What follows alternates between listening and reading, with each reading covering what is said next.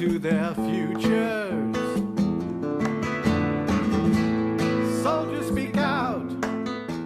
Welcome to the Veterans Hour, a production of the Veterans for Peace, Chapter 109, the Rachel Corrie chapter in Olympia, Washington. However, we're not in Olympia, Washington right now.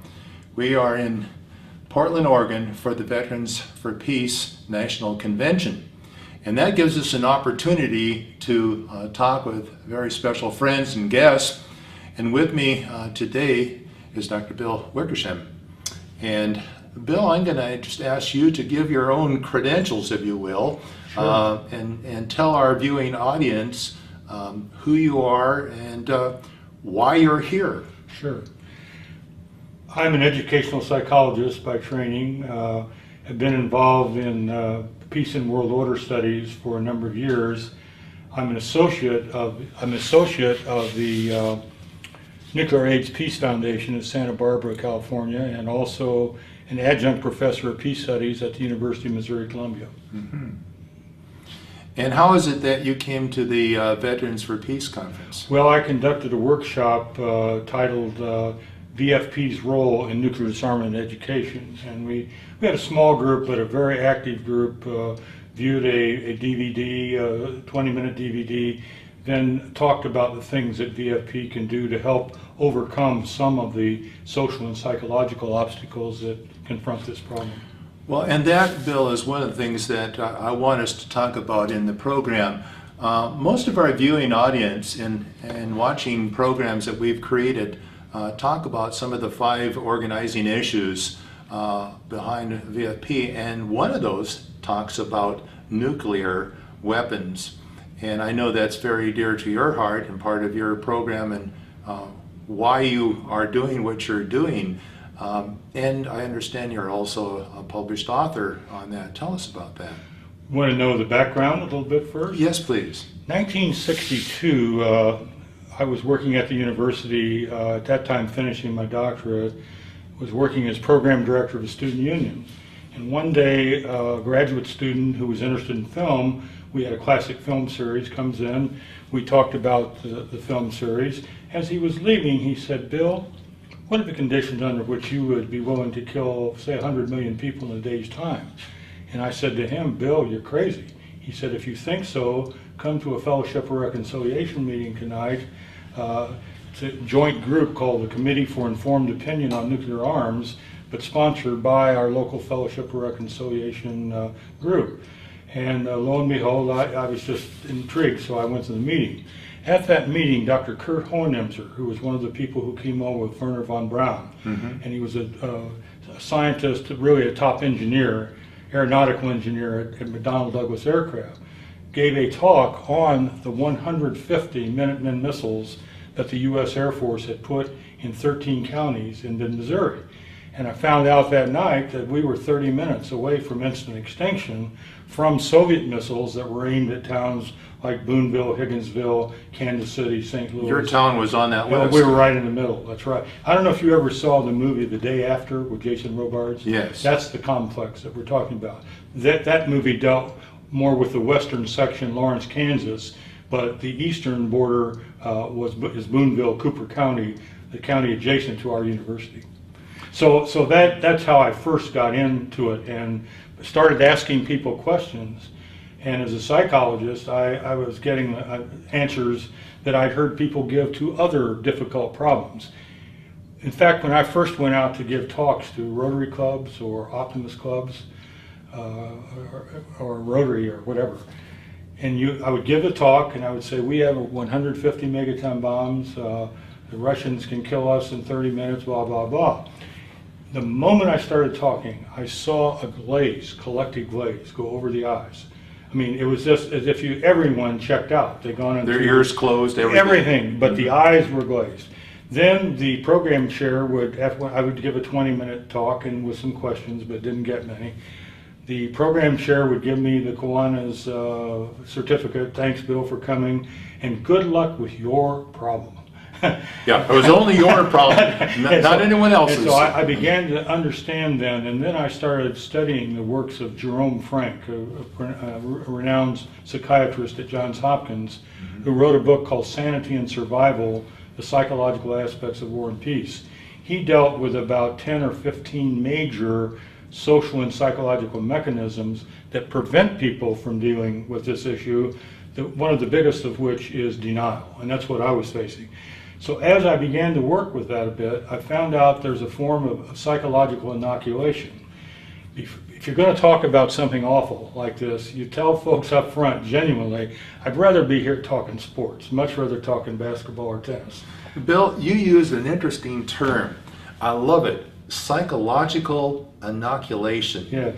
Speak to that definition so that we have a good working definition for our viewing audience. I'm not exactly sure where I picked this up. I'm sure it's not original with me, but to me it was original. And then as you know, nothing's ever totally original. But it's like anything else. You know, if you want to deal with something difficult, I'll give you an example of how I did it rather than a definition, and then we can come back. I would tell folks, look, I'm here, I would rather be talking about something else, anything. But this is one of the largest problems facing all of us, and it's local. This is not somewhere out there. Columbia, Missouri, or any town, any city in Missouri is 30 minutes away from instant extinction. Now, none of us really wants to talk about that. I don't, and as a psychologist, I've studied, and you don't act the big shot when you talk, not inside Dopster.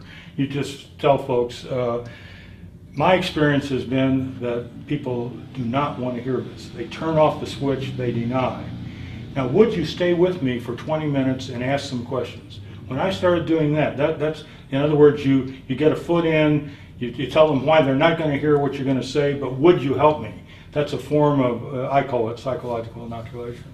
Okay. And then after I did that, I began to find out that folks would come up afterwards and ask questions. That's the real test.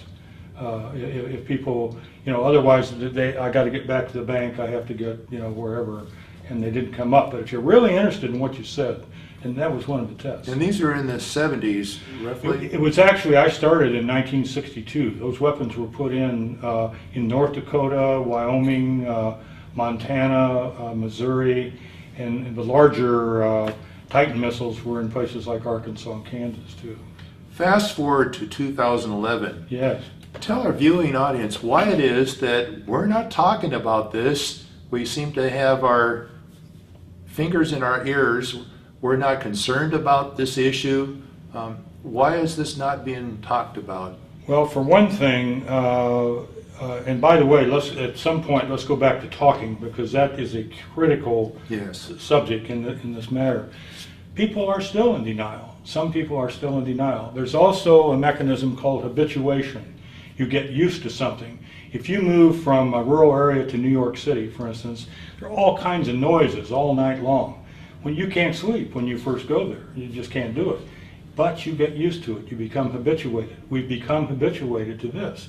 Plus, there is a myth called nuclear deterrence that's been sold by the military that somehow these things really protect us, that they don't put us in danger, and so on. So that's another one of the problems. I can see why you had some sleepless nights as you were doing your studies. One of the things, though, and this, by the way, is a key point too, if there have been people in the peace movement and nuclear disarmament movement who end up banging their head against the wall so much that they either get out of the business, and by the way, those are some of the folks we'd still like to appeal to, but they just say it's so awful, and they might say people are so stupid or this or that, what's the use? So that is one of the problems. In my own life, I have a little psychological mechanism of my own. I pull the curtain. Mm-hmm. I worry about it with what I can do. You do what you can do. You talk about it. You teach courses on it. You go on programs like this. But at the end of the day, sing songs, make love, or have fun, do whatever, You are among the group, as we often use the phrase, singing to the choir. Right. But is the choir singing, in your opinion? I hear this so much. I'll go to groups who, and even sometimes, veterans groups, and they'll say, Bill, you're singing to the choir. And I'll say, the choir ain't singing, or if it is, tell me what song it's singing. What activities are going on here? When's the last time we had a meeting? When's the last time you had a major op-ed? When's the last time you did something like we're doing here, where you put good technical people, they did the job that so badly needs to be done? What about the internet, etc.?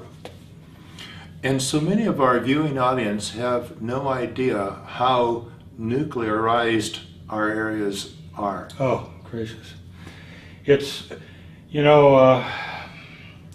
we have in this country, of course, 500, by the way, I never want to be exact bean counter. That's one place where people who are opponents will say, you don't know what you're talking about. The beans aren't that important. The bottom line is we can kill people over and over and over many, many times. But we have airplanes with bombs. We have Trident submarines that can destroy virtually one submarine can destroy virtually every city. We live in the neighborhood. So you know that, yes. And so there are literally on hair trigger alert, probably 1,500 to 1,700 weapons on each side. We don't know exactly. And then with multiple warheads. Some have multiple, some don't. Yes. Bill, I was stationed in Fairbanks, and minding my own position as a trombonist in an Army band. Right. And one night the alarms went off, lights went on to the abandoned airfield. We thought it was abandoned. Yeah. The military police ran out and we couldn't figure out what on earth happened. A dog crossed the perimeter. Yeah. It just wasn't an abandoned airfield. Right. Underneath the airfield was the entire nuclear arsenal, which would have leveled the first 6 inches of soil off the entire state of Alaska, if not the United States. Sure. No one knew it was there. Sure. And no wonder the police were concerned, because at that time they thought nuclear security had been breached. Well, there are so many secrets and so many black projects and so much money being spent. That's one of the real threats to democracy. Whenever you have a military establishment that does projects that can, in fact, instantaneously murder lots of folks and get you killed, that's a real problem. And we don't know. We know enough to raise Cain, but we don't know the whole picture. Yeah. What led to you writing your book? And tell us about the title of the book and the purpose of it, the contents, if you will. The book is titled Confronting Nuclear War, the Role of Education, Religion, and the Community. And this book was written in 2009. Jared Gasson, a graduate student in the journalism school who got his master's there, is part of this project, by the way, also assisted greatly in the book. He did all the online stuff. And by the way, the book has a website. And for anyone who's interested, I'll say this very slowly. Yeah, say it slowly, and we'll also have it on screen so people will see that. You can go right on. It's free online, and it's www.confrontingnuclearwar.com. All one word. All one word. All one word. That's correct. And the book speaks to exactly what the title says. What is the role? What are the roles of various people in education, from secondary through postdoctoral? I mean, one of the jobs of academics, not only do they have their own academic discipline, whether it's anthropology or mathematics or whatever, when you get a PhD, or now this is my philosophy, everyone won't agree with this. In my view, you have a distinct responsibility to raise the larger questions of education. What is secondary education about? What is higher education about? I put education for human survival very near the top of the larger objectives. Then everything else follows. In the old days, as you know, the scientists, the early scientists, the physicists, engineers, were really into this deeply, and there are such groups right now, but not like there were, in the 50s and at that point. That's habituation, I think, has taken some of them out of the loop. You don't get a lot of funding for doing nuclear disarmament research. In fact, it's the other way around.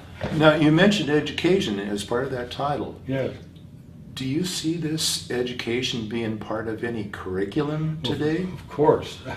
And you can organize that curriculum, but it is organized under many, many terms. peace studies, peace and conflict resolution.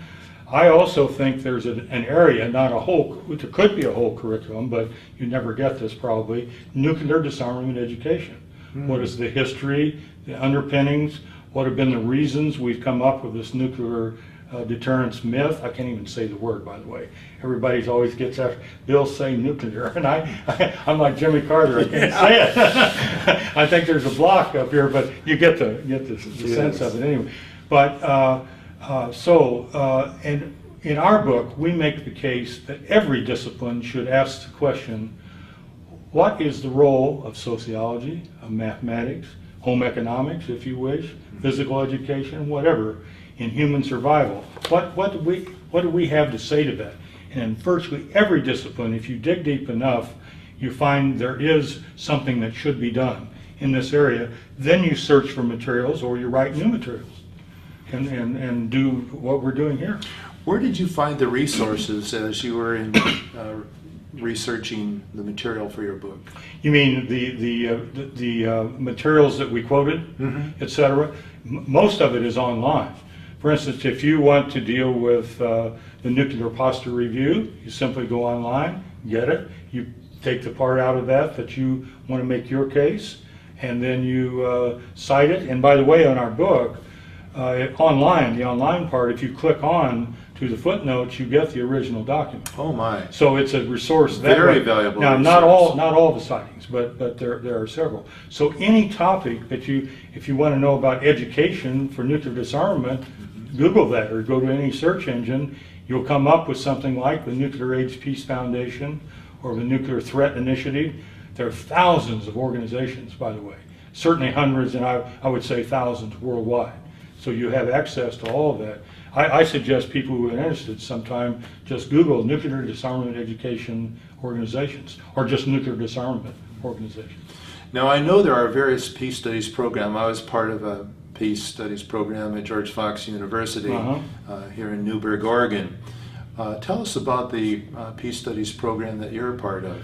All right, a thoroughgoing, comprehensive peace studies program would first ask, how do we find peace? This is one of the problems we have with peace.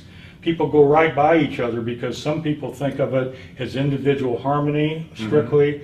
Some of my students, when they would come into class, never even mentioned war as one of the areas. It wasn't even on their chart. Peace was something else. So a sort of primitive definition of peace is non-destructive human interaction.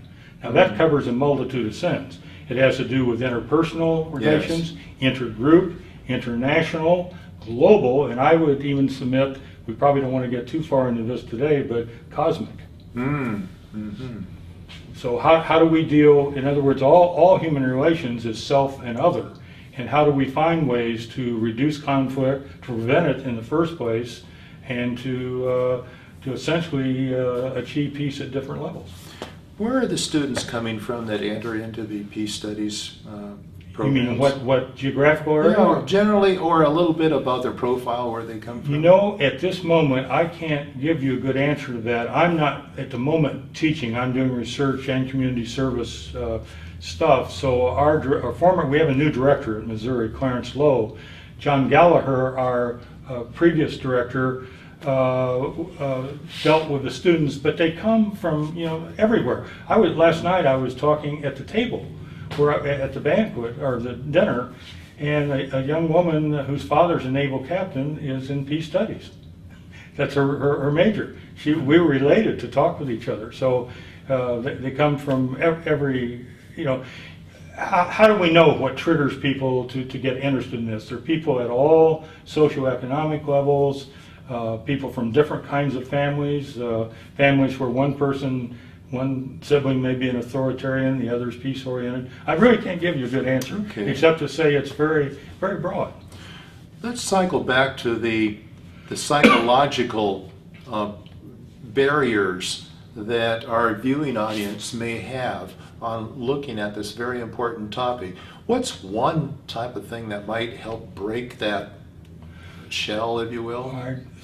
Let's take something like denial. Okay, we'll do 2 or 3. Well, let's do denial. I have a timeline for disaster. which I handed out yesterday. Bruce Blair, who's a well-known person in the nuclear disarmament field, former launch officer, he and some other folks put together a timeline back in 1997, and I believe it was in the Scientific American, and it shows the step-by-step from the first alert where either we or in those days the Soviets, now or I guess it was Russians, when they first get the indicator on their radar, either mistakenly or purposely, that something's coming in. How long does it take? Right now, in fact, my table is dated, and I told the people yesterday, but don't worry whether it's 5 minutes or 30 seconds, doesn't make that much difference.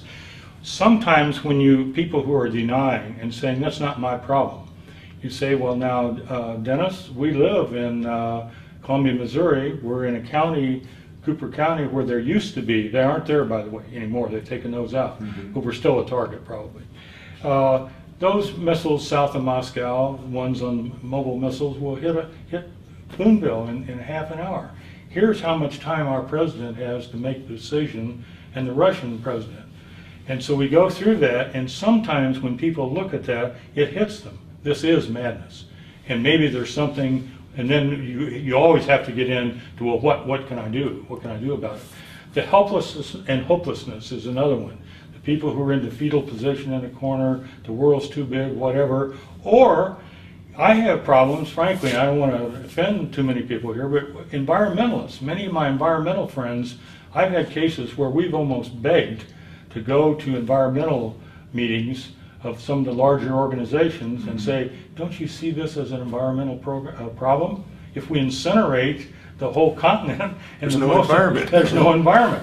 And they will say, well, that's not our specialty. That's somewhat understanding, but the idea that you wouldn't even invite someone in is another, and we haven't quite cracked that one. I don't know all the ways to overcome the obstacles. That's one of the problems. We know the problem. One of the things, though, is talking.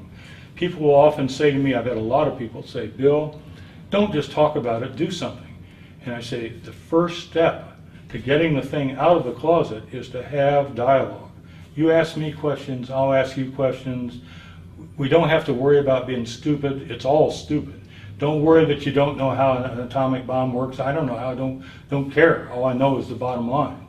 And so the dialogue, and in our book we have a whole chapter called The Dialogue for Nuclear Disarmament. And what that means is, if you are really an advocate of nuclear disarmament, this is always on the tip of your tongue, as it was with you. That's how we got hooked up here, by the way, isn't it? We didn't know each other before about half an hour ago, and that was my way of introducing the topic. I do that in grocery line. I do it in meetings, I do it anywhere, and you have to be careful that you don't look like a complete nut, because to a lot of people this is nutty stuff. Well, it's scary stuff It's too. scary, and if you overdo in fact, my mentor Ted Lentz used to say, Wick, don't give them a sermon, talk with them. Yeah. And that's very critical. Yeah, and how do you avoid crying wolf, wolf, wolf when that wolf is a big wolf? What you have to say is convince people. The boy in the wolf story has to do with a short time frame. A lot of people look at 60 years and they will say, Bill, you've been talking about this stuff for, in my case, over 40 years. How's it working for you? And we haven't had a problem, haven't blown it up. Then I try to show them, and I could give you examples of how close we have come. Well, I remember Cuba in Well, there are 63, other- where let's quit studying. I mean, we're all toast in a very short period of time. One of the things that I was concerned about in the, the education part of it is, you and I have been around the barn a number of years now, Yes. both in education. Right.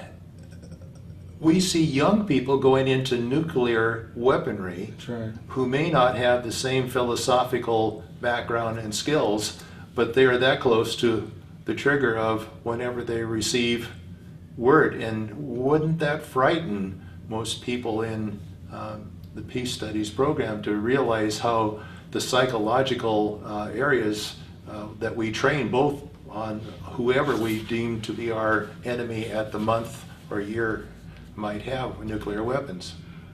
The first chore here with anybody who's dealing with this is to try to rid us of the notion of nuclear deterrence being in our favor, that somehow we can use it.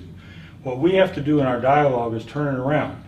Senator Claire McCaskill, for God's sake, who's one of my, I voted for, I've known her for years and years, but she just came out with a piece where she endorsed the START Treaty. In fact, I gave the handout to our group. And I love Claire, but she falls in the same trap that a lot of people do. They believe that somehow the fact that you are loaded to the teeth with missiles that are on hair trigger somehow make you safer. Well, they sure don't make you safer for the Russian missiles, because they're doing the same thing. And if there is one absolute in the world, it's Murphy's Law. If things will go wrong, they will at the worst possible moment.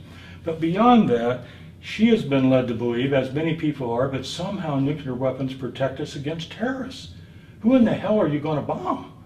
The terrorists don't have a return address. You may hunt them down like they did Osama bin Laden over years, but if we have any nuclear event like this, who are we going to bomb? Mexico, some of our Middle East friends? Israel gets the fallout just like anybody else. I mean, the nuclear deterrence myth, in fact, we had a group chaired by Richard Falk, an eminent international lawyer who's with the Nuclear Age Peace Foundation. And by the way, we showed a Nuclear Age Peace Foundation DVD yesterday. David Krieger gives that presentation. And they've now done also a film, a little short DVD on the nuclear deterrence myth. But we met for 3 days trying to come up with a declaration, which we did. And it's called the Santa Barbara Declaration. And one can go to www.wagingpeace.org. And if you want to sign on to that, to try to do your part to cut through this myth. We're trying to get 500,000 signatures. So our viewing audience then can go to wagingpeace.org, yes, and be able to see these materials. That's right, that's right. And if you want accidents, we often hear about the accidents, and we should talk about those. Yes, let's do that. www.nuclearfiles.org traces all the accidents prior to, right at the Cuban Missile Crisis, all this way. Now, we don't hear about these nuclear accidents. Well, 1995, a U.S. weather rocket was launched from Norway. It was read by the Soviet Union. It was read by the Russians when Yeltsin was president as an all-out attack on the country. He had his black box, what we call the football, with his computer. Had he done what the protocol is, we would not be sitting here now. Here's a man with an alcohol problem, drinking problem, making a decision that could have had us all because of Murphy's Law. The same thing happened in 1983. Colonel Stanislav Petrov, Lieutenant Colonel, USSR Rocket Corps. Same thing happened. The screen showed up. Had he issued the order, he was in the early warning system to the higher authority, we might not be sitting here now. Bill, when I was stationed in Fairbanks, I got to talk with one Air Force person who was what I deemed alcoholic at the time when we started talking. Yes. I asked him where he was, and he says, well, up in the high hills in the radar site. And I says, well, what's causing your drinking? And he says, this. And I said, this? What do you mean this? He says, well, we send our planes from Alaska over the Soviet Union, and they come up on the radar this way, and they're loaded with nuclear weapons. Sure. And the lower blip is the Russians sending it over here. And it scares the daylights out of me. I started drinking because I try to tell people what I'm seeing on the radar, and we don't know if this is real or if they're just doing brinksmanship. And theoretically, you assume worst case philosophy. That's the problem. And had Yeltsin assumed that, we wouldn't be here. But you know, we've had so many accidents. Goldsboro, North Carolina in the early 50s, B-52 broke apart, and I think both bombs that fell out on Goldsboro were 9 megaton bombs. One of those had 5 of the 6 safety catches off. Now, I remember now what I was going to talk about in terms of the stream of history. Many folks think it hasn't happened over 60 years, 60 some years. 60 some years is a nanosecond in the stream of history, and especially if we're looking at posterity. And so the fact you haven't had it, but you've had many, many, many, and you'll see those on the website we gave you, near misses. There have been a lot of others too. Well, the one in Spain, we dropped. We had a guy yesterday in our workshop who was in Spain, was part of that project when the cleanup of the plutonium that was dropped in Spain, I think in the 60s. Well, and someone told me, saying that there's a missing nuclear bomb somewhere. More than that, there's one off the coast of South Carolina, I believe it is, Spain, probably others we don't know about. They've sunk. They've sunk somewhere. Yeah. My goodness. Some of this sounds almost depressing to the point where our viewing audience says, maybe I need to change the channels. Give them a message of why not to change the channel.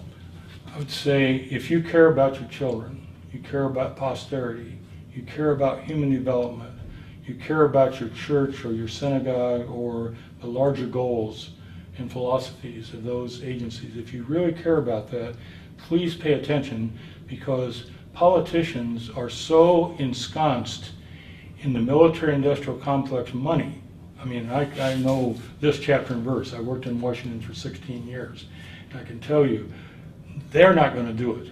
If you don't do it, and please, the thing is, it's easy to feel overwhelmed. And as I said earlier, don't worry about bean counting. Don't worry about being expert. If you're an academic and you're really good at what you do, for once be willing to make a mistake. We have to be willing to make mistakes and free up. And my plea would be, I've known people, I knew a postman, for instance, in St. Louis, who was one of the best guys in this field, whatever your occupation, doesn't matter, or if you're unemployed, or senior citizens like me, for sure. What else you got to do?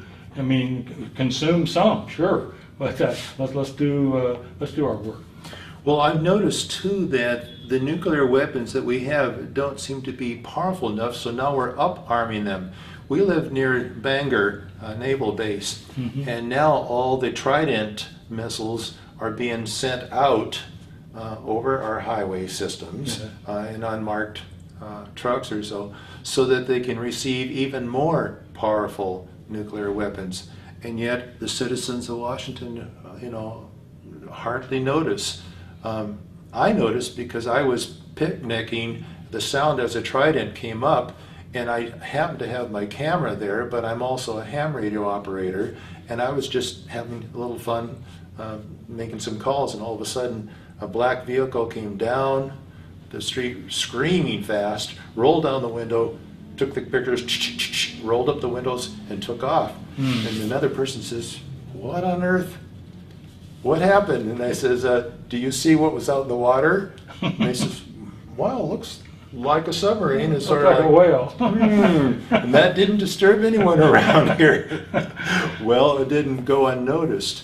But, we live in an area that a huge amount of submarines are stationed, and nearby we have a group called Ground Zero that has a regular public viewings, if you will, or showings where the people will demonstrate against what's there. And some people get arrested, and then they either serve prison terms or whatever the case might be. But that's in our own backyard, and yet it doesn't scare enough people to do some things. Dennis, here's many years ago, Jean-Paul Sartre made a statement which I think applies to this. He said, the biggest crime of our time is to make something which is concrete abstract. Those submarines to many people are an abstraction in terms of their killing stuff. Plus, we have so much PR from our military. Well, you were in a band. I was almost in the All-Army Glee Club. That's part of the psych-op stuff. But we make it so that anything that these folks do, and if it's in slick technology, my God, we have air shows where people just almost wet their pants almost over this technology, never asking what does it do. My God, the subs are much worse than that. Well, I think they have 24 launchers, I think. Yes. Used to be MERV by a factor of, I don't know what, 8 or something, but I think they have fewer warheads now, but maybe more powerful. But one of those subs can do us in. Yes, and the entire United States, That's just right. one. That's right. Certainly the entire every major city in Russia, because they're MIRVed. Yes. They go up and they circle in orbit and then shoot down at individual cities. Yes. Assuming they work right. I think that they're not all going to work right either. Some may come back to Seattle. Now, your book came out in 2009. Right. What consumes your interest now, either in writing or research? In this area? Mm-hmm. I think what I like to do, and I would not be telling the truth if I said we were very successful. I showed the movie Countdown to Zero, which is a $7 million film that Global Zero did. I showed it at a local arts theater that has one of the, in fact, we have the True Falls Festival. It's a renowned film festival in Columbia, Missouri. People come from everywhere. But on a different date, I showed that film and I had 13 people come. 13. And when we brought Bruce Gagnon, who I know Bruce. You know Bruce. We brought Bruce. We get probably at most 70, 80 people. Jonathan Shell got 100. Now that's in a big town. Columbia is 100,000 people. You get, and we advertise it up one side and down the other. But the reason is the psychological stuff. That's one of the reasons. And people are stimulus overload. People have got things coming out their ears, and now with the economy, you want to talk to me about nuclear bombs, Bill? I can't put food on the table. Well, that's true, but you're not going to need the food on the table if we have the big show, you know. Well, and today, to be honest with people that have hearts and minds that would be interested in this area, they also have conflicting things to choose from. That's right. And it's really challenging. I'm a retired professor, and so I'm finding, what did I do when I was working full time? Because now there's just so many things to do. You have Veterans for Peace, you have Veterans Benefit, Fellowship of Reconciliation, you have the Israel-Palestine issues, South Central America, and it's sort of like, do I have time for all these? The only way that I see that you can deal with that, first off, each individual has to, from time to time, have a talk with himself and say, what are the problems, and have some kind of priority listing. Unfortunately, the nukes thing doesn't get to the top often because some folks will say, I can't do anything anyway, right off the bat. But here's my answer to this. We have coalitions. You remember the nuclear freeze. Yes. That was a coalition of hundreds and hundreds of organizations. Some of those were environmental, some had to do with capital punishment. In other words, the peace writ large, the peace orientation. The idea of a coalition is if you're working on one piece and I'm working on another, we may make a deal. I put all my time, 90% of my time in on this, you put yours in on whatever your program is with FOR or whatever. But on a given day, if I need you, I beg you, I say, Dennis, come on, you help me today, I'll help you another time. That means you're still focusing on what you want. But if we have a big demonstration or program, or we need you to say, Wickersham's not a nutcase, listen to him, invite him out, that kind of thing. So you got to scratch each other's back a little bit. Yes. But it is overwhelming. I mean, stimulus overload, too many, future shock, too many things coming at us at one time. I can remember our own town when we declared it a nuclear-free city. Yes.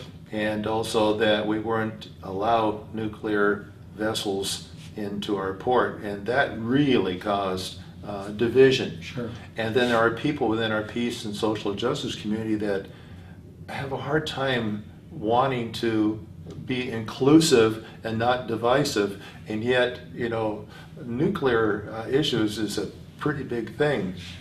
Well, and you have the economic problem there. I mean, so many people have their livelihood attached to it. And the trouble is we seem to be going with a $700 billion budget, and I would bet $200 billion black. It's about $1 trillion that we're talking about, unless we can find ways to create other jobs, which we could if we would. The trouble is, sociologically speaking, whenever something happens like this, the folks can't move from Seattle to where the new jobs are created, and so they want to hold on to them, and I understand that. But somehow we've got to, but TRW, Boeing, Raytheon, Lockheed Martin, go right down the list. They're lobbyists. I mean, I've gone up against some of these folks. They figuratively had $1,000 bills in their pocket. I had 50 cents. Yeah, there you go. So it ain't exactly a fair game. Bill, a lot of our viewing audience are familiar with the various films to watch. What are some that you could recommend to our viewing audience that would be something that would educate us, but also, make us better advocates for these issues? Well, yesterday, Bud Ryan just showed his film here. It's the first time I've ever seen it. It's very new, called The Forgotten Bomb. I've forgotten what the follows the colon, but it's called The Forgotten Bomb. And I think you can go on www.forgottenbomb.org, I believe it is, and order that. I've gotten 2 copies from him. It is magnificent. It's 94 minutes long. There's also, of course, Countdown to Zero, which was a $7 million film that Bruce Blair and others did. A lot of top scientists in that film. We also have the Nuclear Age Peace Foundation has several DVDs. I gave away DVDs yesterday. One is like a 9-minute DVD on the nuclear deterrence myth, which it spells out all the nonsense that's involved in nuclear deterrence. We also have one that I did show yesterday called Nuclear Weapons in the Human Future, How You Can Make a Difference. You can order that right off of www.wagingpeace.org. I believe you can still get it. And always, if you probably, are you going to give people my address? Absolutely. Yeah, and if they miss it there, that's my job. I help people get hooked up. Well, Bill, I want to thank you for just the opportunity that we had to meet, and especially for Veterans for Peace holding a national convention in Portland, Oregon, where we have the opportunity to meet and to discuss the issues that are critically important for our survival as a human species. Well, I want to thank you for what you're doing. This kind of technology and getting the word out on the net, DVDs, etc. That's a bit, we haven't had that historically, and now we need to use it. Well, thank you. Thank you, sir.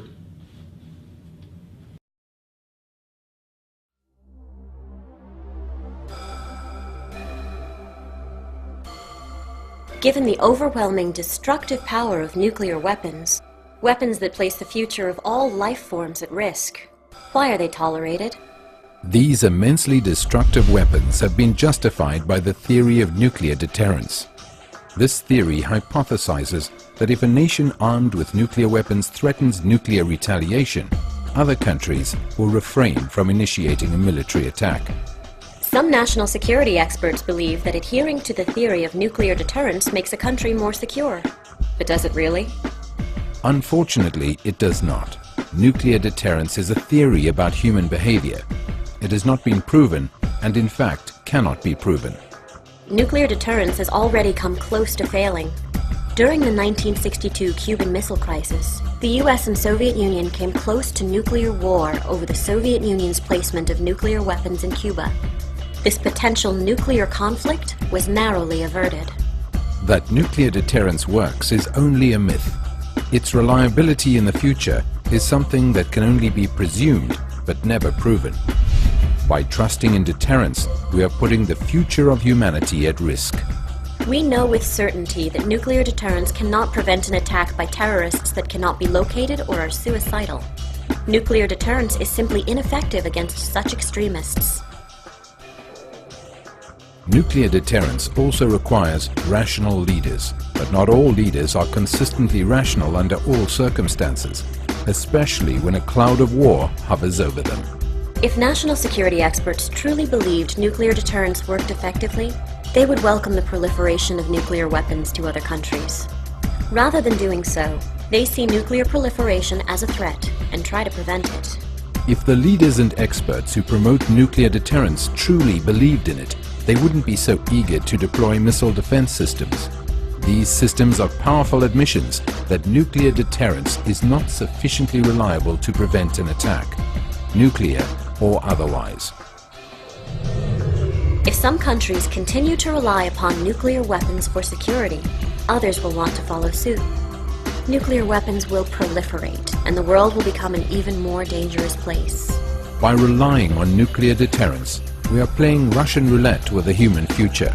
We are loading nuclear bullets into the chambers of the 21st century and pointing the barrel at our collective head. We are inviting nuclear disaster. In the end, nuclear deterrence does not make countries with nuclear weapons truly secure. Instead, it results in a false sense of security, one that places all of humankind in great danger. So if we want to halt the race to nuclear catastrophe, the best way to proceed is to abolish nuclear weapons and put all materials vital for the production of nuclear weapons under strict and effective international control. This will also require a new treaty, known as the Nuclear Weapons Convention, that calls for the phased, verifiable, irreversible, and transparent elimination of nuclear weapons. The path to zero nuclear weapons will not be easy, but it is necessary to assure a human future, and it will require US leadership. However, the most important step in moving forward is dispelling the myth of nuclear deterrence. Once the world rejects the theory of nuclear deterrence, the call for nuclear disarmament will be embraced more enthusiastically than ever. A world without nuclear weapons will be a return to sanity, a bold move from mutually assured destruction to globally assured survival. Achieving nuclear disarmament is the greatest challenge of our time. It is a goal endorsed by US President Barack Obama, United Nations Secretary General Ban Ki-moon, the Dalai Lama, and many other distinguished leaders. Each voice matters. Join us in working to dispel the myth of nuclear deterrence and to help end the nuclear weapons threat to humanity. You too can play a role in the global effort to achieve a nuclear weapons-free world. To find out more about how to help, visit the Nuclear Age Peace Foundation's website at www.wagingpeace.org.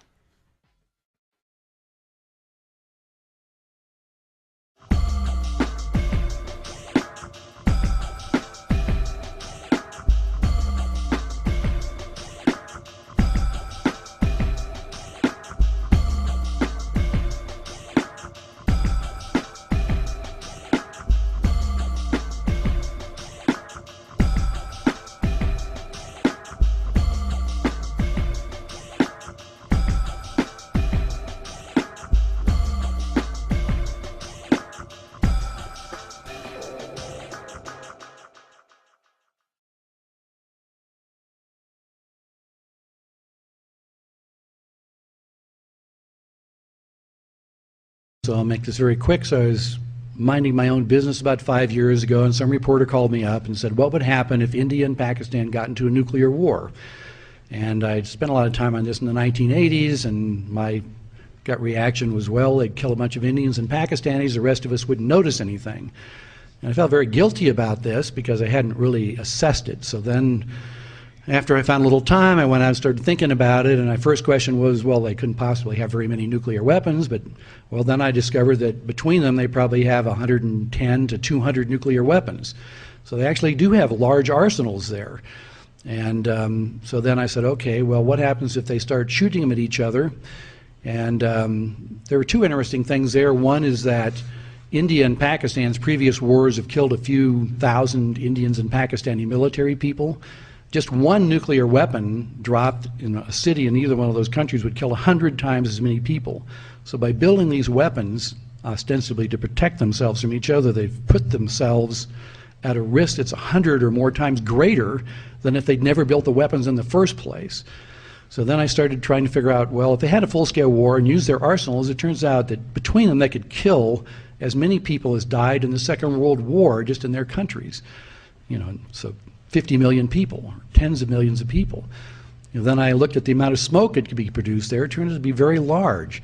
So if India and Pakistan got into a nuclear war and used about 100 weapons, it appears to us that the effect would be 40% ozone loss at our latitude, 70% ozone loss in the polar regions, which are orders of magnitude more than the losses we've been worried about from chlorofluorocarbons. And the climate change would drop the surface temperature to the temperatures lower than any that have occurred in the last 1,000 years, and probably destroy a lot of agriculture at mid-latitudes, threatening a large fraction of the human population by starvation. Half or? Well, it's hard to tell without. So the Department of Homeland Security, for example, we've approached about this issue, and their response was, shh, don't talk about it. DOD knows all about it. You don't have to worry. So there are no governmental analyses of what would happen to us if there were a regional nuclear war, no funding, no studies, no group except me and a couple of friends who've ever looked at this. So it's very difficult to tell, really how many people would die. The best estimate we have now is from a medical doctor whose argument is that there are about 1 billion people on the planet who are barely subsisting. And in fact, they're greatly threatened at the moment because of the tightening food supplies. There are riots going on in Haiti, there are riots going on in Africa, there are rice restrictions, export restrictions going on from Asia, which are threatening these marginal people already. And so that's a scenario. There's 1 billion people who have poor access to food now, and if the mid-latitude populations lose access to food, they will buy whatever is left, and those 1 billion people will starve to death. So that's the best estimate we have. Well, if you're talking about a full-scale war between the United States and Russia, then the climate modeling we've done recently suggests, for example, that we've looked, for example, at Iowa and the Ukraine. In Iowa and Ukraine, following a full-scale nuclear war, it would not get above freezing for a couple years. That means there would be no agricultural productivity in the heartlands of Europe or in the heartlands of the United States. Plus, global precipitation falls by about 90%. So not only is it freezing, there's no precipitation either.